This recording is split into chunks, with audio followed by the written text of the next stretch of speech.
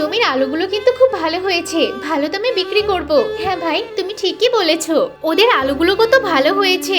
বাবা, আমাকে কোনো ভিক্ষা টিক্কা দিতে পারবি? বা আমি তো এখনো আলুই বিক্রি করলাম না। কোনো ব্যাপার না ভাই, তুমি বাবাকে দিয়ে দাও, উনি আমাদের আশীর্বাদ দেবে। তাই বলে আমরা না খেয়ে? হ্যাঁ, বাবাকে দেওয়া মানে পুণ্যের কাজ করা, তুমি দিয়ে দাও। আচ্ছা ঠিক আছে, তুই বলছিস যখন, তাহলে দিয়ে দিচ্ছি। এই নিন বাবা, তোমার মনটা দেখছি অনেক বড়, আমি তোমাকে একটা আশীর্বাদ করে দিচ্ছি, তোমার আর কখনো অভাব হবে না। আরে এ আমি কি দেখছি, বাবাকে কিছুটা আলু দিয়েছে বলে পুরো আলুটাই স্বর্ণের করে দিল। যদি আমি বাবাকে কলা দিই, তাহলে নিশ্চয়ই বাবা পুরো কলাটাকে স্বর্ণের করে দেবে, তাহলে তো আমি কোটিপতি হয়ে যাব। এত ভাবার কি আছে, এক্ষুনি বাবাকে দিতে হবে। বাবা বাবা, একটু দাঁড়ান, আমার জমিতে কলা আছে, আপনি কলা নিয়ে যাবেন। আচ্ছা ঠিক আছে, দিতে চাইছো, চলো তাহলে।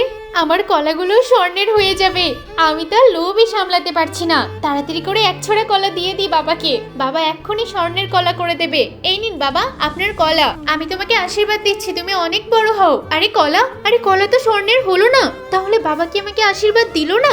যারা লোভ করে তাদের কখনো ভালো হয় না।